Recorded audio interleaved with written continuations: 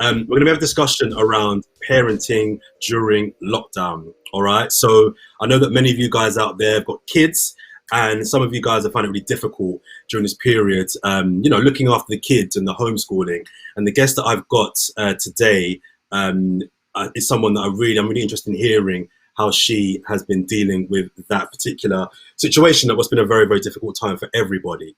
So the guest we have today is a fantastic singer and songwriter. I'm going to get her up now. How do I bring her in? How do I bring her in?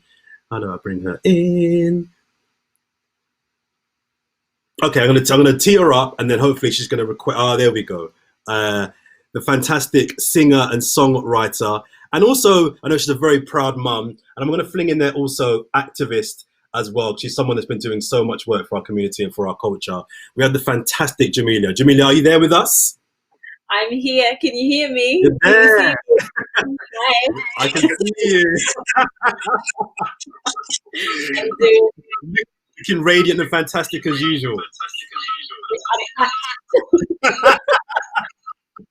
So on that, it's been like today's been like so hot. It's been mad. What's been like? What have you been doing today? Because it's the hottest day of the year. They're saying there's more to come. How's your day been today so far? It's been beautiful. For me, it's been like preparation for preparation for our, what would you call it? Our going back to Africa. That's what it is. It's preparing. Yeah. That's so. Every time the kids are complaining, I'm complaining. It's like, no. When we go back home, it's going to be, this is what we're used to. So you get me? So yeah, get used to it. Nice. It's been a hot one today. I've loved every minute of it. We've had a decent spring, to be fair. We're going into summer now. We've had a decent spring. So we can't really complain. But I like that. Preparing to go home. I like that. I remember that one. So Jamelia, I wanted to get you on today because, as I mentioned there just in my intro, I know that one of the biggest things for so many people in our community, and just generally, in fact, was parenting. There's so many people really struggled. Let's just be brutally honest. Struggled with. I've got friends. I've got 1, 2, 3, and even 4 kids. And in the house, at a time when it was complete lockdown, they really found it difficult to entertain their kids, educate their kids, and just have their own personal space. You have, is it 3 beautiful daughters? So I have 3 daughters, and I also have a bonus son. So I've got 4 children. I'm one of them people that you're talking about with one bag of kids. There you go. So first of all, talk me through how you've kind of navigated this particular period with 4 kids during lockdown. So I think the first thing is that I was prepared for this. So my husband and we already work from home.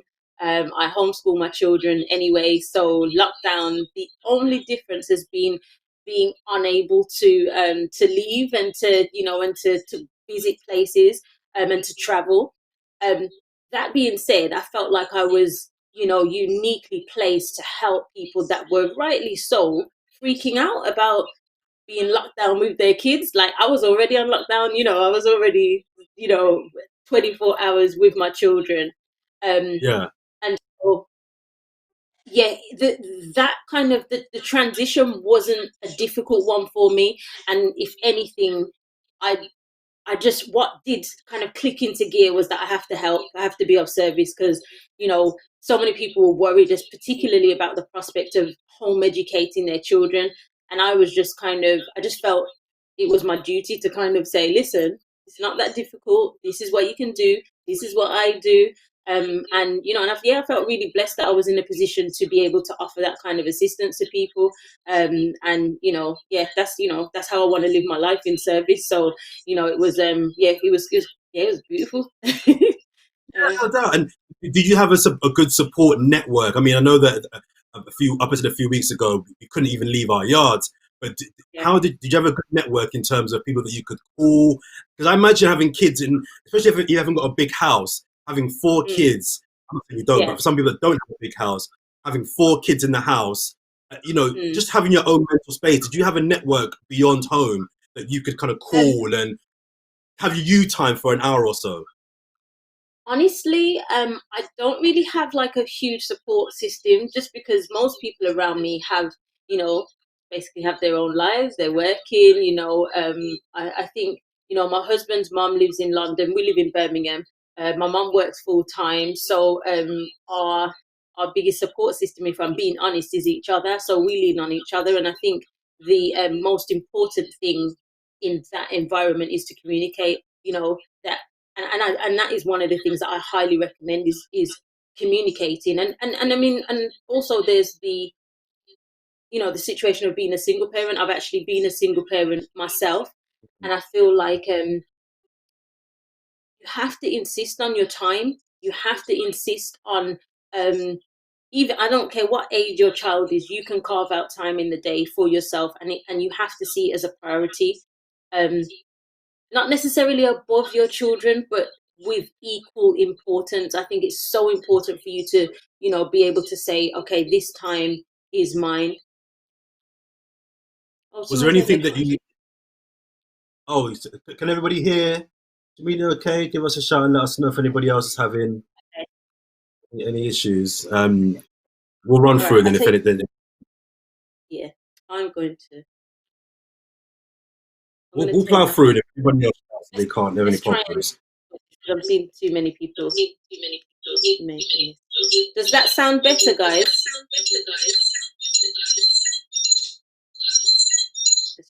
Let's try and sort this out. So what I've done, Jay, I've turned off my computer. Not turned off the computer, turned down my sound on my computer, Okay. and turned up Instagram. Okay, I've turned off my sound on my YouTube feed, so I've got you coming out my Insta. So Yeah. maybe it's my end as well. I've got my Okay. guy looking on it, so he'll tell me Okay. what to do. Let's try and plow through, and then we'll People are try like, and stop, I guess. so Bear what's with us, guys. Bear with us. This is all new to us as well. Like, it really is. But you know what? We're all going through it. It's a shot. You know what I mean? We mhm. have to just get through somehow. What I wanted to ask you, Jamelia, is was Yeah. there anything during this period that do you feel during this period that you have become better parents because of the amount of time, and this goes to your partner as well, anything you noticed that you thought I'm better at that, or that has helped me in this area because you've had such condensed period with your kids, such a condensed period of time? Definitely think that I'm not alone in, there has been a lot of familial discovery, and because we can do self discovery and you can find out a lot of things about yourself, and that's one of the things that I found most beautiful about this time, about being on lockdown with your immediate family, is discovering the needs, and and what's important, what affects them, because even as a homeschooler, I'm still doing my own thing. I still carve out my time to do my own work, and kind of having everything shut down and not being able to leave even to work. um I think it's kind of given me a whole new perspective on what a working mother looks like, what a working father looks like, and and how differently we can operate, and how successfully we can operate, looking after and having our families at our core. Um, I've really felt like it's been, yeah, I don't know, it's kind of like an epiphany after an epiphany. And I think when it comes to, who does what better, me and my husband, we started like, yeah, you cook on this day and I cook on that day. And it's just like, you know what? I'm the chef in it. I'm the international chef in the house. But you know what I mean? Like Totally, yeah, cool. that's and then I love to do DIY, but he's just much better at it. So if I want to do it, make it, it's not like a hobby, but he's great That's at it. doing, yeah, you know what I mean. Yeah, And yeah. um, and it's that, and it's also appreciating, and and whilst we may not live a completely traditional existence. um I think that we have kind of fallen into, I've always loved being domesticated and cooking and cleaning, and that, I love my nurturing and maternal side. And my husband's a fixer. Do you know what I mean? Any problem, that's, we go to him and he fixes it. And those things that are, those attributes that are yeah, are kind of best our best selves also allow us to be good teachers as well to our children, and not I can't stress this enough. When it comes to home education, I am not. We're not pen and paper every day. You know, some days home education takes place completely outside of. You know, there's not one pen or pencil gets picked up, and it. You know, and I think I put it on my Instagram actually. One of the days we spent the day fixing up a trampoline and, you know, following the instructions and how do you do this. And, you know, my husband saved us because we put it together wrong at first. We put everything on upside down. But even that, it was a learning curve. And I think it's appreciating that, you know, there are learning opportunities in everyday things. And if anything, are activities that take place as, you know, as man and wife or adults, these are things that they need to learn more than anything is survival. You know what I mean? And Totally. and these skills are important. 100%. We spoke to Marvin from Dope Black Dads, who I know you know very well as well, about a month or two ago on a similar thing, similar subject. And when we spoke about homeschooling, he was saying that, to be fair, like a lot of my friends who are parents, they wasn't really so on the whole book thing every single day. Like, I mean, some of it for them might have been a bit of laziness, but granted, for some of them it was also something that Marvin said was quite interesting. I found was he was saying that he wants to give his children a different kind of education. So now, whilst we also have to appreciate that, you know, reading, writing, and maths are a cornerstone of what we need to kind of be doing to grow these young humans, he was saying it was also just valuable to him to teach his son and his daughter about values, about respect, about even things like making the bed every day. Like, just because you make your bed every single day, and that might seem really small, but it got his children into a habit of tidiness and respecting what they have. Are you on a similar vibe? Yeah, and I think for me as well, you know, your family is your first setting where you operate as part of a team, and that's how we're raising our children. That not only each one teach one, but also, you know, these lessons that we pass on will last a lifetime.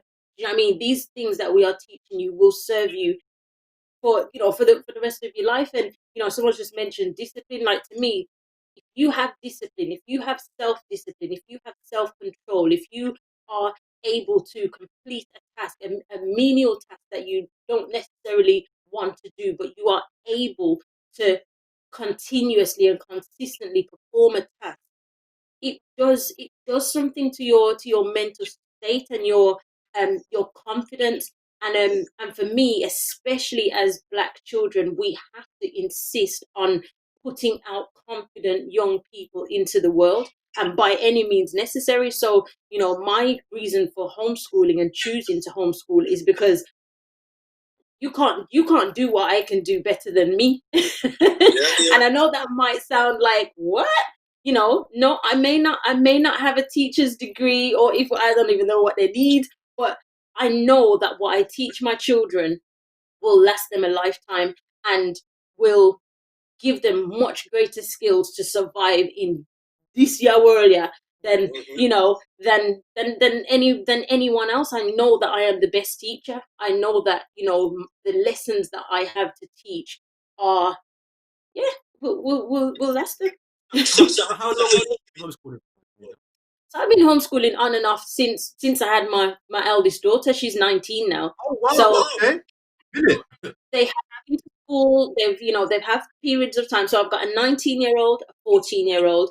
Our 10-year-old lives with his mom, but spends a lot of time with us. And obviously, in lockdown, he's been here half of the time. And then I've got a 2-year-old.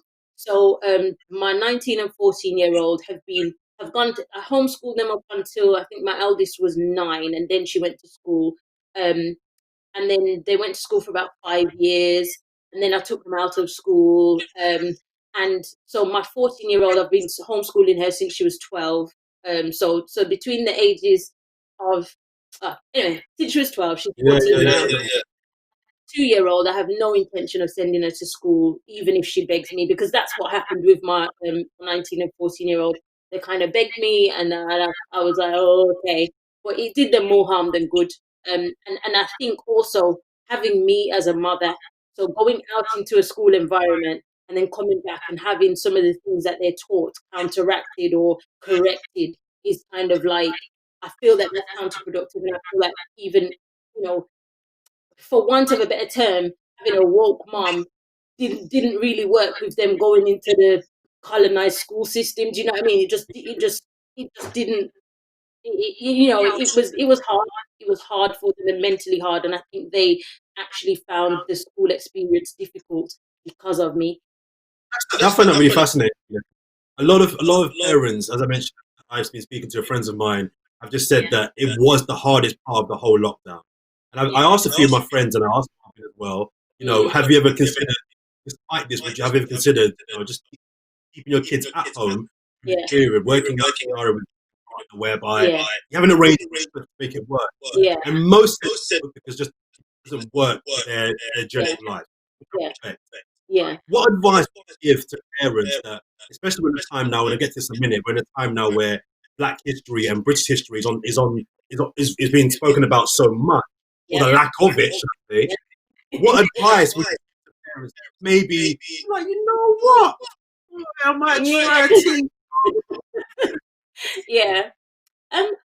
Personally, like I just okay. So I think first of all, can everyone hear me? I'm just gonna pause because it says that my feed is paused. Sorry if you're just watching me. It's waiting with us, people. Just while that's coming back, I've got you to be on my. Oh, there you are. I've got you back. Sorry. It just cut off. I'm coming back. 1 second. Sure. Come back in. I've sent another request.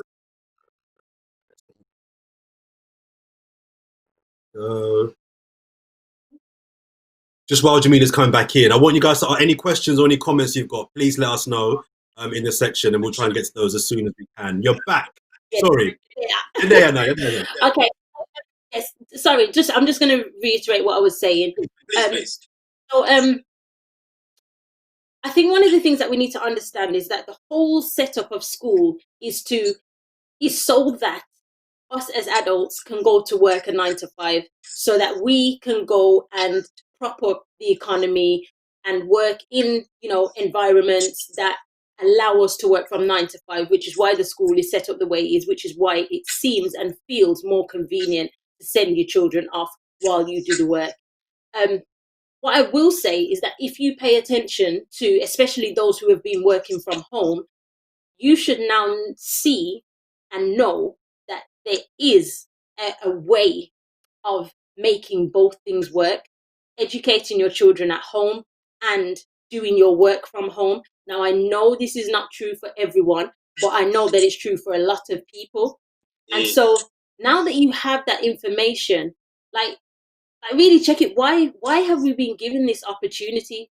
Why have we been given this opportunity to test this? It's not just a theory now. You know what you're capable of. And yes, I understand that it may be difficult, but for me, as a homeschooler, I can tell you that my children have benefited, like, beyond words, like, who they are as people, their confidence. I was having a conversation with my 19-year-old about like she's saying, "Oh, mommy, I'm trying to school these people on Twitter," and I'm just like, listen, like, about the whole Black Lives Matter movement and stuff, and I was just like, listen, what you have to understand is that they have not received the education that you have received. They do not and have not benefited from what you know. You know, at 19, everything I know. So therefore, you are speaking from an elevated position. Stop expecting people who have not received a similar education to speak to you and to understand even where you're coming from. And so, and at 14, at 2, the things that my children know, you can't tell me that you can provide something similar at school, and I don't care what type of school it is, unless, and this is my only, unless you are providing them with the same level of education that I can provide. Is it African centric? Is it relevant to my children? You know, do my children get to see themselves, hear themselves? You know, what are you teaching them? You know, I'll never forget, you know, my Black history lesson being having to sit down and watch Roots. That is violence, you know. And think about the similar situation. Of course. Why on earth did we need to see that? Why on earth did I have to know about Kunta Kente and all of that foolishness? Why? Why did you need to teach me that? Do you know what I mean? You have to understand that that is, as you said, that's traumatic. You go to school and you walk away with that. Now, bear in mind, my mom never let me watch Roots. That was not my mom. You know, we were Rastas when I was younger, so you know, all I ever knew was greatness. I learned about slavery at school. Do you get me? Yeah, totally. Now, but here's the difference. Before I went to school, I learned about greatness. I learned about Black excellence and Black greatness, and all I knew about Black people and Black people in history was the incredible things that we did. So yes, it was a shock, but it was like, okay, but I still had something to counteract it. Now, what about if you're not receiving that education and you go into school and that's all you know about your history, that your ancestors were slaves?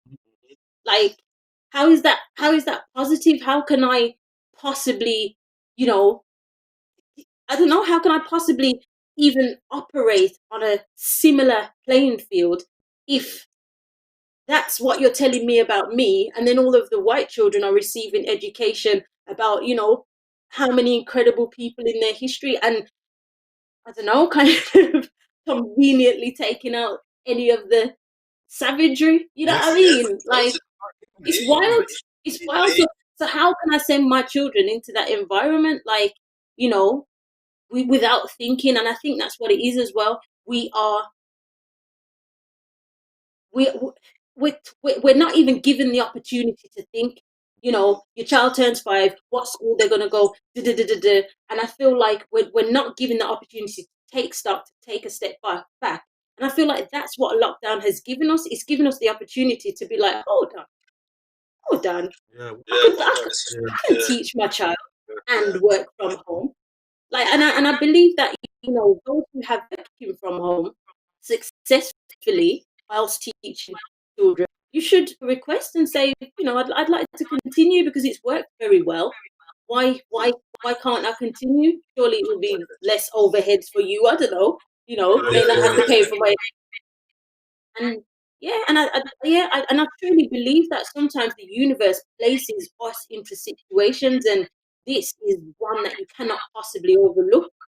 I don't know if I'm getting too deep here. No, this is Blakademik TV. You get deep, Jamelia. You get deep. I'm here to just facilitate people like you talking truth. I mean, so you get deep. You ain't getting deep enough if you ask me. Get deep. You know what I mean? But what I want to kind of ask you though is the counter argument to people who homeschool is that, you know, oh yeah, okay, you may give your kids a better education, but then they lose out on social skills. So now I've seen videos you've posted of your kids, and they look like rounded, normal women and young women to me. How did you navigate the fact that they didn't have that kind of, they didn't make friends at school because they weren't at school? How did you kind of get that side of it? So, they may not make friends at school, but friends every single day. Like, you know, they are very social. If anything, their social network is a richer social network. You know, it's not just, you're not just thrown into a classroom with people the same age as you. They can have friends that are 55, and they can have a friend that's 2. They can be, you know, around people of all races, religions, sexualities, and for me, it's important because if we are trying to teach,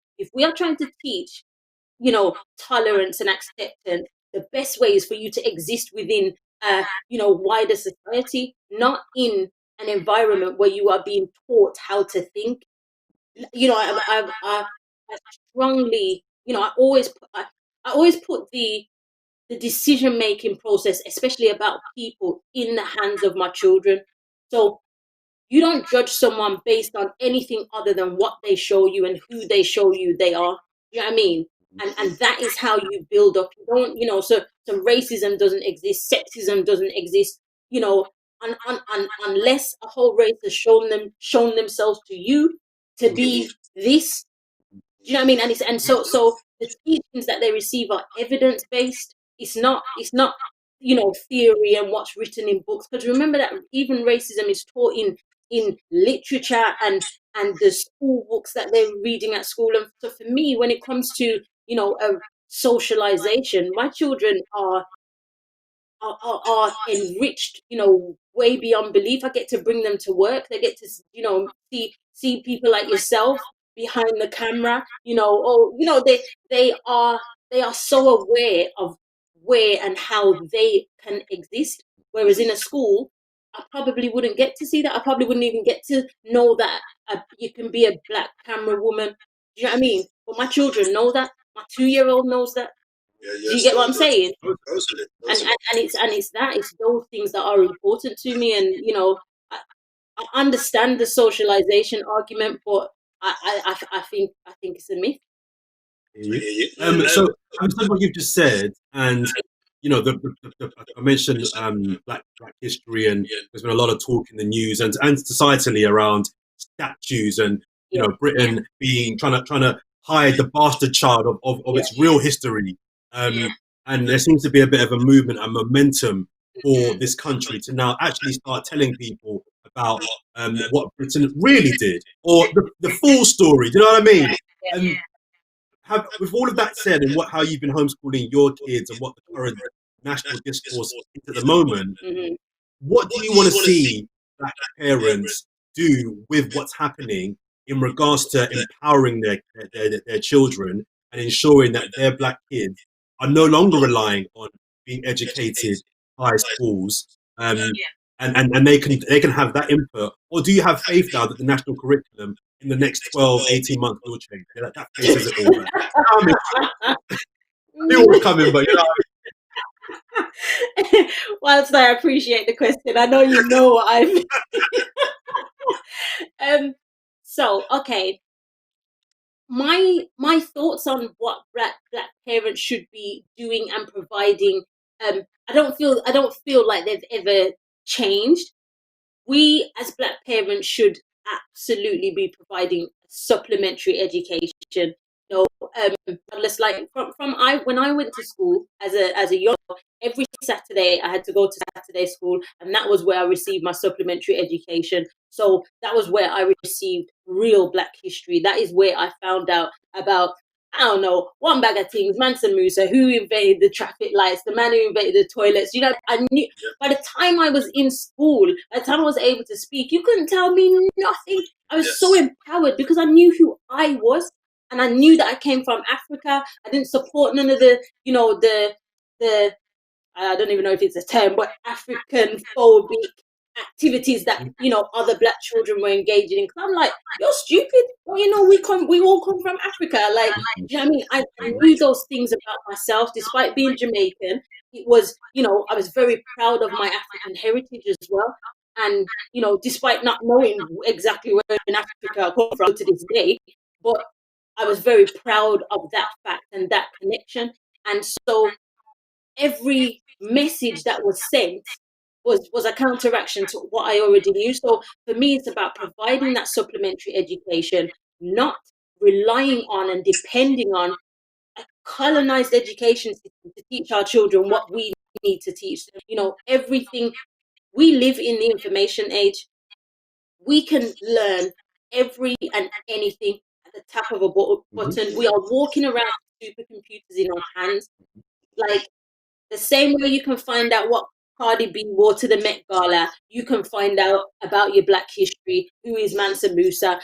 Some 10 people in history, black people in history who have invented great things. Like, you see, the more you know, the more confidence you have. Like, it's like building, because as black people, sometimes we are born without roots, and so we have to, and those roots are not necessarily given to us, and so we have to find those things, and every piece of information is another root and another layer to your foundation. And that's why, like, I can exist now at 39 and you can't tell me nothing. Do you know what I mean? Like, you absolutely can't tell me nothing. But not only that, my children at 19, 14 and 2, they are so, that you can't tell them. Yeah. even a disrespect thing. It's more, you know, when it comes to their blackness, when it comes to their, you know, who they are and what they know, you can't knock that kind of foundation. You know, you can try, but you know, you again, knowledge is power, and that's what I am, you know, hell bent on ensuring my children have, because that's what kept me alive, afloat. And even though, you know, at one point in my career, I was completely willing to play the game, when my children came up, you know, especially my eldest, when she's coming of age, I'm like, you know what? She's not going to do that. She's not playing no game. She doesn't have to play your game to succeed, to win. She's going to be exactly who she is. She's going to be a proud, black, young woman, you know. And this is the thing, you know, I'm not denouncing the fact that I'm British, you know, I don't, you know, I'm not, I know people like to call me racist, which is nonsensical, but you know, it's got nothing to do with being against or anything. For me, pride in oneself is what is possibly the most important thing to create that kind of resilience and to create, you know, an attitude of consistency. Like if we're going to build, we have to be strong ourselves. You know, I hear it. Yeah. Just the final one on schooling. So I want to know, is it the what's the word? Is it the system of a school per se that you're just not for, or if there was more black school that you knew black history was part of the curriculum, you'd be a lot more confident in your 2-year-old, or is it just schools period? You're just not for? Honestly, it's not a case of because a lot of people they think that it's about Black history being taught. It's not about Black history being taught. For me, for my child to go into school now, you would have to dismantle the whole system. You have to remember that, you know, it goes from you know, science, math. There is so like why don't we know the African contribution to mathematics? Why aren't we taught that in school? Why is that not important? Why, you know, there's a lot of science that is taught that is based on research that was performed on black bodies. But that I'm sorry, like to me, that's violent. Yes. I can't, you know, I can't explain it any other way. When they hear bars, kids do that now. Yeah, I'm with it. I'm down with it. I've got grey hairs, but I'm down. Like, carry on. No, honestly, and I can't explain it any other way. So to me, it's like I cannot help to prop up a system, and I cannot place my do you understand how precious my child is to me? Like my children, I've gone through not only labor but to raise and to keep, you know, pure and alive. Like I've invested too much into these children to have you destroy them. And that is what that's just my motivation on a day-to-day basis. And I think as I get older and wiser and more confident, it is immediately passed on to my children. And for me, so in answer to your question, if there was a school, I do think it would have to be an African centric school. Reason being, this school would have to be centered around my black child and my black child's existence, and empowering them. And in the same way, the school system is set up to support the mental state, the confidence, you know, the empowerment of white children. And so if a school did that, then yeah, I'll send them. If you know, like my Saturday school, I loved my Saturday school, and if I could send my child into that environment every day, listen, like, this is another thing. I don't want to necessarily homeschool my children. I love homeschooling them. I, you know, like trust me, I look at people who send their children to school from 9 in the morning to 4 o'clock. That's a holiday. You know what I mean? But, like, you know, and yeah, I just feel like if that environment was provided, and I don't believe that we have that here. So, you know, if we could club together and create one, listen, I'd be on it. I would absolutely be on it. And I have tried, but it's a big deal. And even if you are to open a school, you have to follow the UK curriculum, or you have to, if you don't follow the UK curriculum, you have to charge people. And it's kind of like then that's purpose because we know about socio-economic backgrounds and stuff like that. But I started Saturday schools, and and yeah, so I'm not against the institution of education. I'm against the British institution. And remember, And the implementation. also remember that any colonized or British colonized country, so for instance, places like Jamaica and Ghana who who have their independence, remember that their education systems are still British. So even in our own countries, we're still not going to receive the education that our children should have. And these are the things that I believe need to happen. Maybe first, go back home and reclaim the education, because that is madness. That is Totally. madness. Jamelia, I don't know what you've made of the last kind of month. There's been so much going on. There's been so many protests. There's been a lot of activism. There's been many deaths here and abroad. And I've been to some of the protests, and I could talk about those on another one for ages, because so many things to extrapolate from what I gathered from that. Yeah. But kind of two-part question. A, what does it feel like is happening at the moment in regards to the kind of question at the moment is moment or movement? Does this feel different to any other period of almost liberation, but also the first step towards social justice and racial justice and racial equality? And second part of the question, as a community, what do you think we as Black people should be doing now during this time to ensure that it isn't just a moment, if you think it is, but it's something that we can actually drive forward to get another step further forward towards equality? So, okay, so in my honest opinion, I feel that the difference that we're seeing is that white people care. What we're seeing is that white people are being vocal. White people are saying this is out of order, and they're joining us. Remember this, Black people have been doing this. We have been protesting, complaining. We have been shouting from the rooftop. We've been talking about our experiences for years. And the difference is that white people have joined us. Now, we live in Western countries. I live in Britain. I live in England.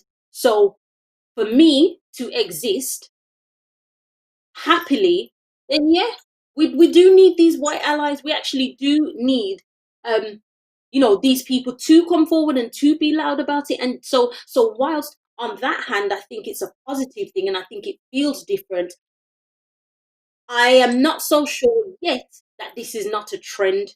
I'm not so sure yet that this is a movement. I do feel it could possibly be a moment. Now this is where I think we come in. It's up to us now to ensure that this does become a movement, that this does actually result in the dismantling of everything, every aspect of systemic racism that exists around us. We are now the catalyst. So all of these people that you're seeing around you posting up Black Lives Matter, and when I say people, white people that are doing the work that we have been doing for years, that are now doing the work, we have to hold them accountable. So my girl, I saw you tweeted that 2 months ago. What have you done? What have you done since then? What have you done? We have to ask our white friends, our white colleagues, our the white people that you might even see online. What have you done since? I saw you post a black square, but what have you done since then? And it is about kind of making them accountable, because we are trying, but remember, we are working with a huge deficit. We are in this country, we are a minority. I think the way we're going to get anywhere near, especially in their country, although we built it up, it's their country. We're going to get any kind of equality is by control of our economics. I think that's I've got a really good friend who has been on our show a few times, Aziza, who she's on my shoulder every day. She's so powerful and so fantastic. And one of the things that she has now told me that she was doing before, she's come through it, but I'm started doing now is minimalism. So as a community, without generalizing every black person, I think we spend what did my man say? 300 billion pounds. 300 billion pounds is what we, the black people in this country, are spending every year. Do you believe that we had that kind of money? It's ridiculous. My man broke it down. He said something like, "We're the only group of people that spend money we don't have with communities we don't know to impress people we don't care about." Do you know what I mean? And they're kind of just. I'm just like, so my lifestyle now. I'm living a minimalist lifestyle. I'm not tight. You know, I still buy you a drink. You know what I mean? But it's time to turn up. It's not about being tight. It's about being conscious. Because that is what minimalism. I can't even say the word.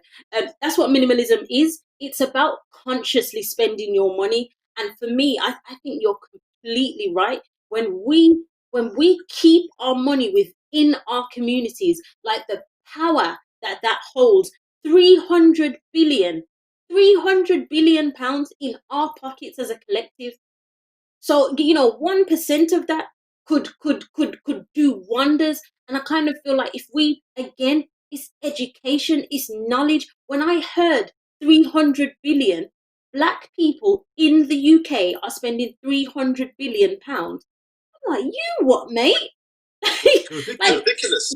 You know what I mean? And I kind of think that so it's got nothing to do with height. It's about being conscious. If I consciously spend my money with you and you consciously spend your money with me and we keep it and then we deal with our problems, because this is another thing as well.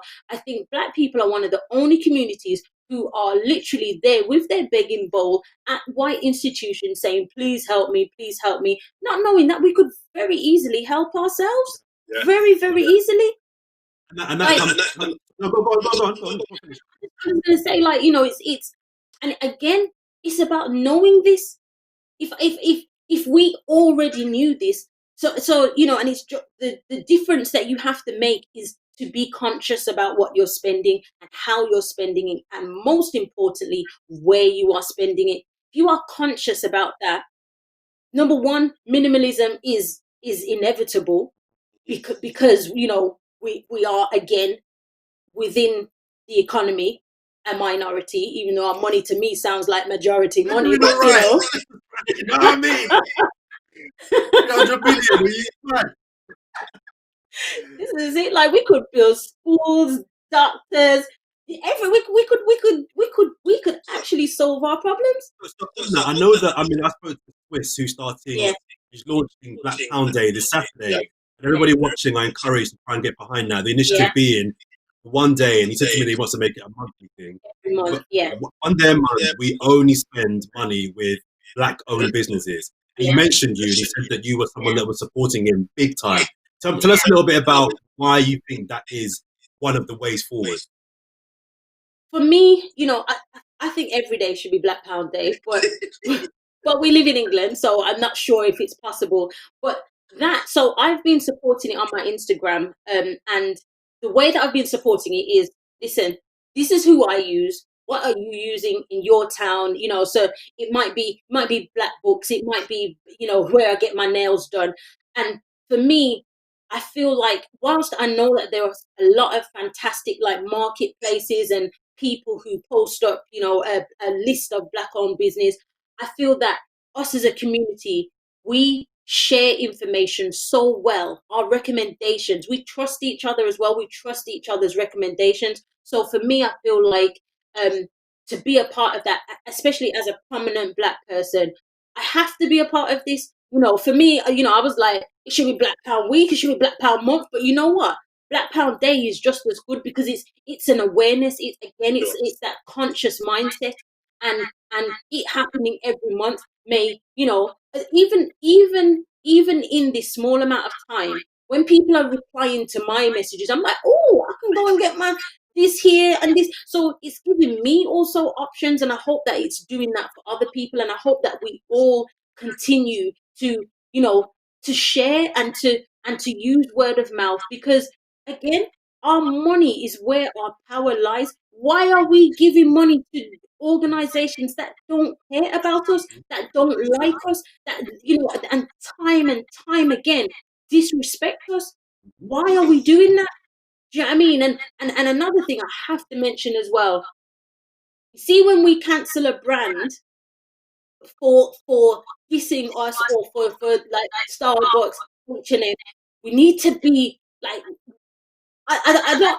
I shouldn't really be like slating anyone. But we have to Slate stick them, to man. it. Do the thing, man. Like this, we actually have to stick to it, because we don't. You don't need Starbucks. We don't need H&M. So for me, it's like, if I see you in well, in fact, I'm not going to see you in Starbucks, because I'm not going to be in there again. And trust, I'm the one who was in there almost every day getting my like makalaka latte, whatever. But it's about, it's about being serious, being conscious. So someone said Dove, there we go. I don't buy Dove no more. And again, sharing this information. We have people who are doing black cosmetics, that are doing nails. We've got, the nail shop people don't like us, but we've got black owned nail shops. We've got black owned hair shops. The hair shops, you go in there, and the people then don't even know what they're selling you. Yeah. But you go in a black hair shop, a black owned hair shop, and it's someone's just man of born to shine has just said again, discipline. Yes, that's what it's about. Discipline. Can you be disciplined enough? The other day I drove for 45 minutes to get my shopping that I would normally go to my local.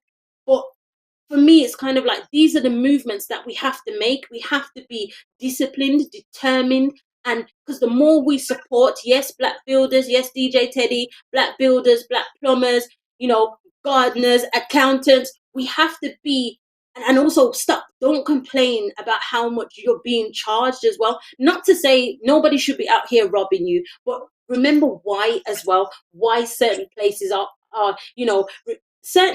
certain huge supermarkets, probably get their resources for, a tenth of the price that our black people will. But if we continue to put our money into these places, then they can bring their price down. But we have to spend with them first. And also, Like, we can't complain when we go to a black restaurant, say, and the whole added trope of the service was really poor. Well, what I would suggest then is one of two things.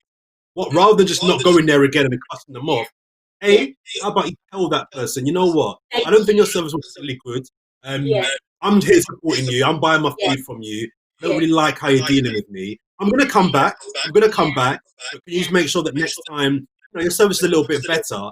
Or if you are gonna blacklist that particular shop, don't then go back to the white shop. Find another black shop. There's plenty of.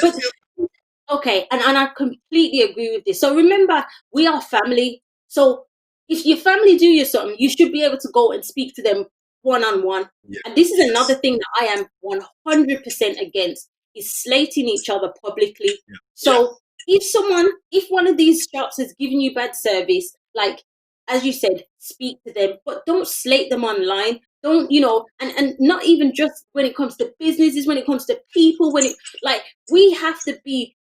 we have to show so much discipline, because you have to remember, you see, the same rod that you're using to beat your own with, somebody else is going to use the same thing. And it's very important for us to remember that, understand that we are creating our own weapons. We are creating weapons against each other.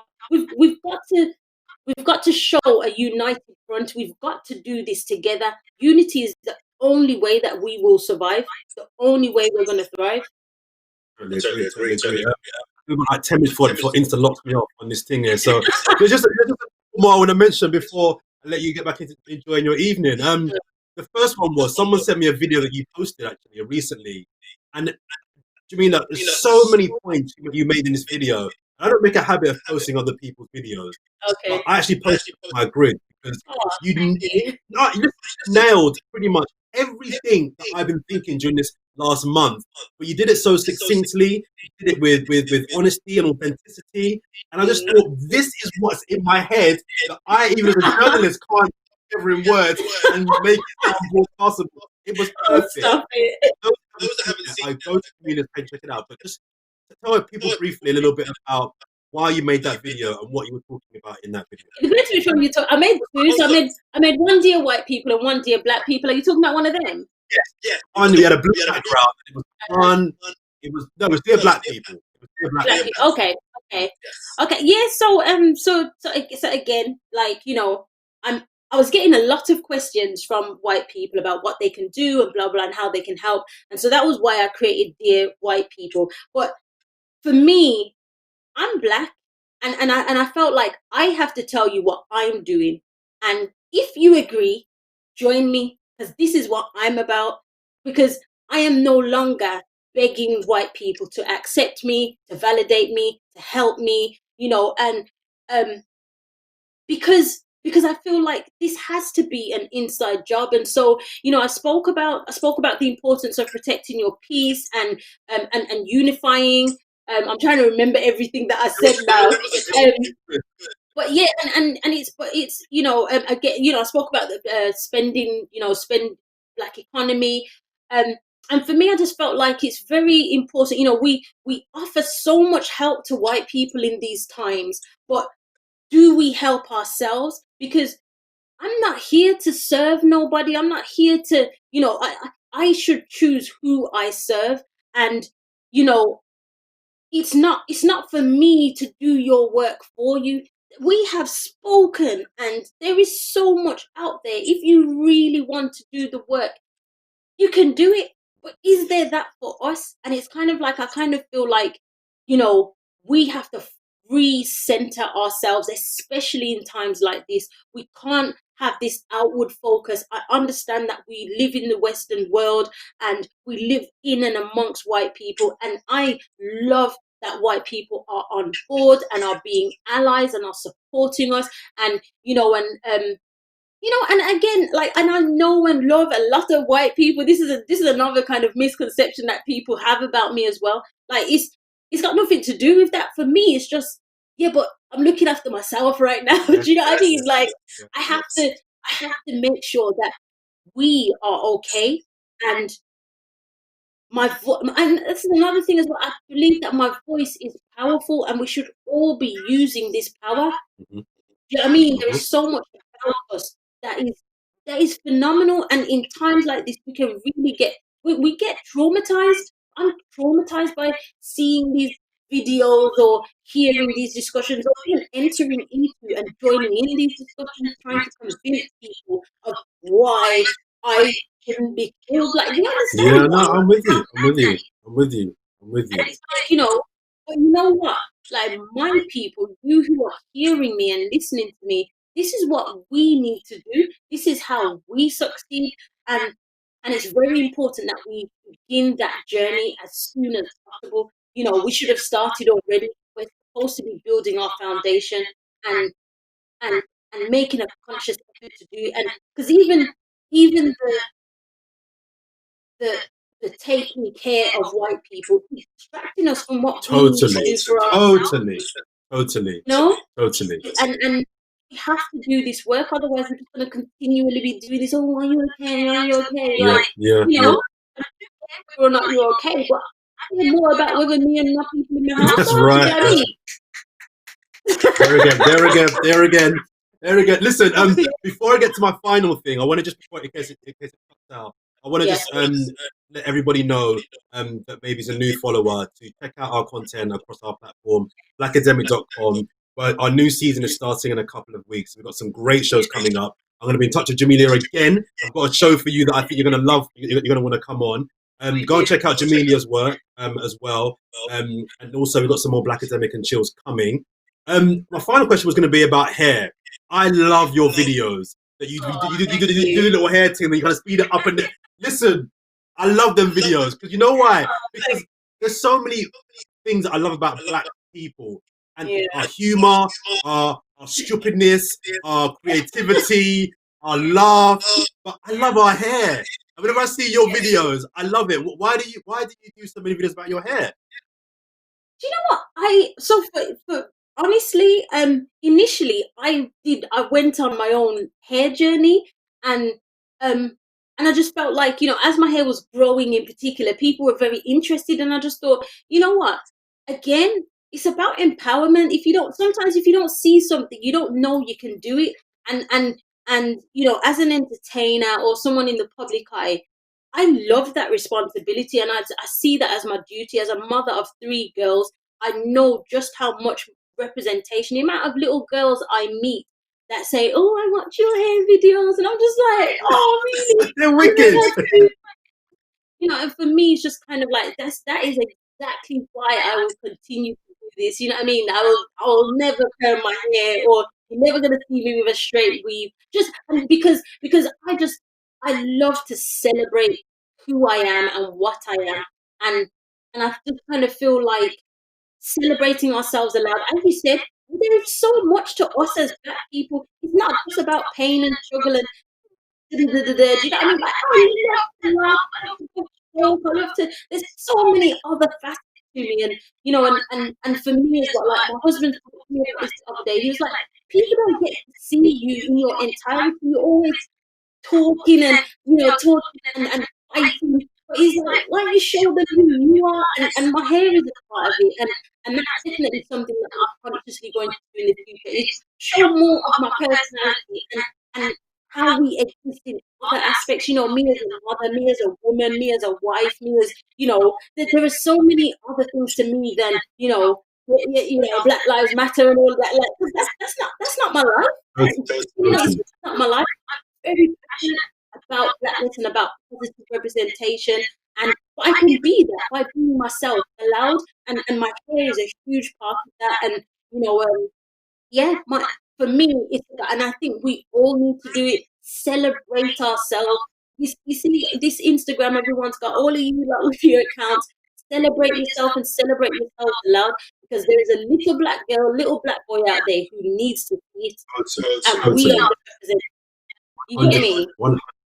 I know you're a bit like selective in where you do interviews and who you speak and platforms. So I'm so appreciative of your time. So many people are asking if we're gonna repost this tonight. We're gonna put it out on our YouTube channel as well. So thank you very much, all the people logged in via our YouTube channel, and also you fantastic, beautiful people out there on Instagram as well. Jamelia, your star. Thank you very much. I watch all your stuff. No, thanks for coming on. We need to protect you. We need to elevate you.